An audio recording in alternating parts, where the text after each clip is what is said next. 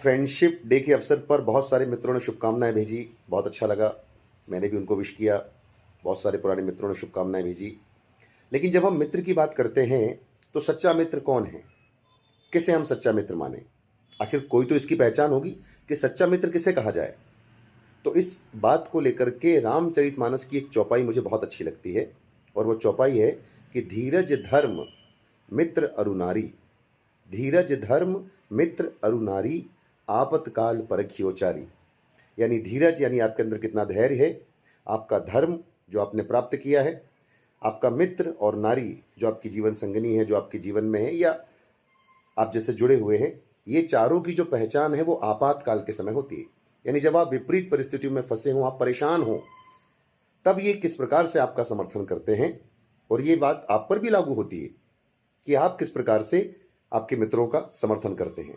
यानी आपातकालीन परिस्थितियों में, मुश्किल परिस्थितियों में, जटिल परिस्थितियों में जब आप निर्णय नहीं ले पा रहे हो, जब आप बहुत मुश्किल में हो, उस समय आपके सच्चे मित्र की पहचान होती है।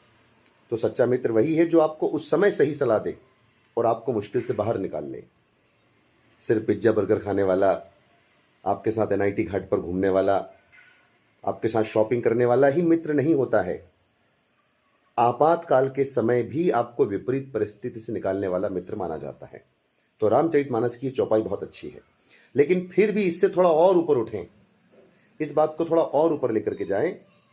अगर फिर भी हम फाइनली देखें कि भाई मित्र किसको माना जाए, तो ज्ञान से बड़ा कोई मित्र नहीं है। ज्ञान परम मित्र है जो जीवन पर्यंत आपका पीछा नहीं छोड़ता, आपके साथ हमेशा रहता है, आपकी बुद्धि, आपके मस्तिष्क में, आपके निर्णयों में हमेशा नजर आएगा और आपको सही सलाह देगा।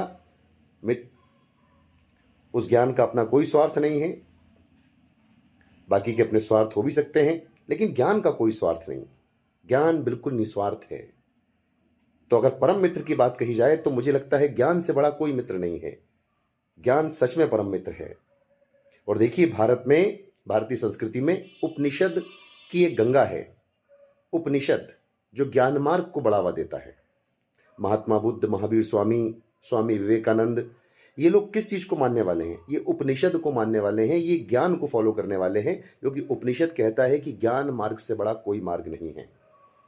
ज्ञान आपके सभी द्वंद्वों को, आपके सभी विरोधाभासों को दूर कर देता है।